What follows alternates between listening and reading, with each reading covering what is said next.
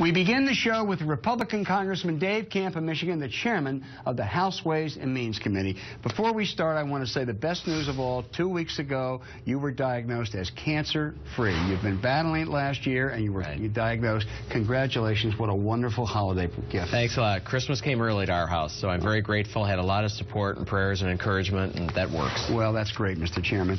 Let me take you to the fiscal cliff and the debt ceiling. You're out of the fiscal cliff frying pan, and you're into that debt ceiling and sequester fire.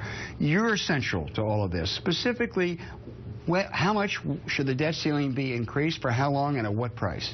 Well, I think it's important that we got the permanent tax policy, because that lets us pivot to comprehensive tax reform, which is so important for growth and jobs. The debt ceiling comes up in 2 months. It does. So what do you increase it? There are business leaders who say, don't fight over the debt ceiling, fight over other things, just increase it. Well, absolutely, we're going to not default. That's just not even part of the issue. But what we need to do is to increase the debt ceiling, also have the sort of spending reform and controls that we need to see, because, as I said, it's out of control. We've now done the revenue piece. We now need to move forward with a willing partner and there are some common areas we can look at. For example, just look at the Simpson-Bowles Commission to start with. The president has also adopted many of these proposals. So let's move forward on that together. So if you increase the debt ceiling by, say, $1 trillion, $1.5 trillion, do you have to cut spending by $1.5 trillion? I think we're going to look at significant reforms in spending. We know it's out of control. But you're not necessarily tied to dollar for dollar. I don't think that's necessarily been established. But what we really need is a partner with Democrats who are willing to now step forward and say, these are the things we need to do. We're spending more than we bring in. We can't continue to do that over the long haul. And it is hurting the ability of the economy to grow. It's suppressing economic growth by about 1%. And that's about 1 million jobs. Okay, and obviously, seeing the jobs report today, we need some help on that. You mentioned that, by the way, speaking of that jobs report, 155,000, not great, but not bad. Well, unemployment went up. Yeah. It's better than negative, but it's anemic. And we really need to jumpstart the economy. The debt and deficit and spending is suppressing the ability of the economy to grow. I do want to ask you this about the spending cuts. $1.5 trillion. Where? Well, I haven't heard Republicans tell me where that is going to come from. Well, we need to start with some of the areas where there have been some common ground. One is either Simpson-Bowles Commission. The other is what occurred in the talks that have happened before. Super Committee talked a lot about areas where we could look at.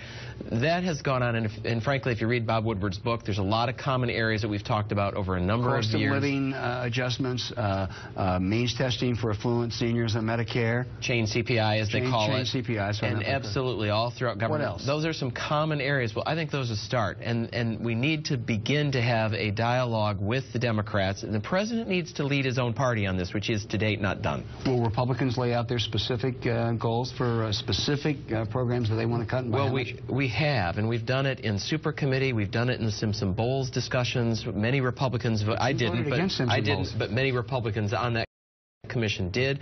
But my issue was not necessarily specific spending cuts. It was the entire amount of revenue that they wanted to take out of the economy I didn't agree with. Now, the president says, yeah, let's have spending cuts. Let's do it. But let's also put together a bigger package and have more revenues, too. Well, we've established permanent tax policy. We've established the permanent level of revenue the government's going to get. We're not going to go back there again. So you're not open to even any consideration, even though John Boehner offered $800 billion and even as much as $1 trillion. And you got $600 billion. So you're not open to even any conversation about that? No, we now need to pivot to the spending side. We've established permanent tax policy, and we've established how much, on a permanent basis, what the government's going to get out of the economy, and we're not going to go for anymore. No, that's an absolute in my book. Okay, let's go to tax reform. You have talked about lowering rates to 25%, corporate and individual. You now have a top rate of 39.6. That would be almost a 40% tax cut for the wealthiest Americans. Is that still what you're going to push? Well, obviously, this was all established in our budget before we've had this latest deal, so we're going to have to go back and look. But I think the idea is, which was established in Simpson-Bowles, the structure of how low can we get rates if we can broaden the base by closing some of these special interest loopholes. Look, we need a healthier economy. We need to see more jobs being created. And our code is too complicated. It's 10 times the size of the Bible with none of the good news. But you can't get to 25% now, can you? I mean, well, you may be able to lower it and broaden the base, but 25% isn't realistic. We're going to still try to get there. And I think it's important that we have a lower corporate rate as well as a lower individual rate. And there won't be as many deductions and loopholes. And obviously some of the provisions that came over in this deal that came back from the Senate, obviously I don't support. So we're going to have to look at all of those and find a way to simplify the code, make it flatter and fairer and more understandable. 30% rate realistic? Look, I'm going to try to get that rate as low as I can, and if we can get the political consensus to move forward on that, I think there's some really good policy we can do there. But you won't tell me what rate you think you can get? Well, I have to reevaluate it with the new baseline. That's but right. It is important that we got, I guess what's really critical in this discussion is that we now got a permanent baseline. We don't have any more temporary tax policy. Well, let me ask you this. Would you do away with the exemption for state and local taxes?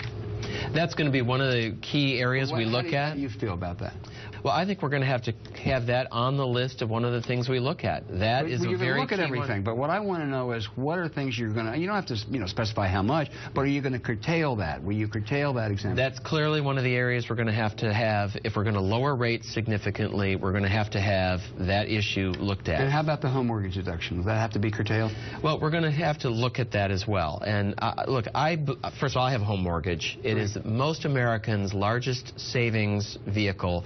So we're going to have to do that in a very careful way. Are there ways that we might be able to do that with broad consensus and support? But I don't look at eliminating that in any way. I think we're going to have to see should that be available at the very highest levels, and I think that's something obviously that occurred in this last tax policy. We're going to need to phase out some of those issues, and that's one we'll be looking at. Mr. Chairman, you're a young fellow, so I was around for the '86 Act. It was painful. It was painful. And they got rates lowered. You know how they did it? You know how they did it. I know. They raised corporate taxes. They treated capital gains as ordinary income, raised capital. Now, you're not going to do any of that, are you?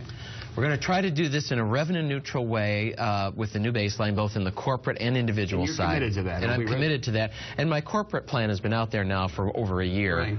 So I believe that this is really important both for the business side and the individual side because so many businesses file as individuals, and we want to try to have those rates be as close together as possible. And that's why the 25 rate for both was in our budget last year. The president said it ought to pick up revenue. You ought to do tax reform that gains revenue. Look, the government is taking enough revenue out of the economy now, and what we really need to do is find a way to have the economy grow in a more robust way, and to do that is simplifying, lowering rates, particularly for business and individuals, because we're the highest corporate rate in the world. We cannot sustain that and expect money, which can go all over the world and has many options, to come here in the United States and invest. We want those investments here in the U.S. so that we can grow the jobs here. Connie, let me just circle back. On the debt ceiling, as I understand what you're saying, we will not default, but it's only going to be approved if there are some sort of spending cuts. We need spending cuts. But is that essential to approve the debt ceiling? Yes, and we need further reforms and entitlements, and the president needs to step up and help lead his party in that direction. Dave Camp, the powerful and cancer-free chairman of the House Ways and Means Committee. Thank you so much for being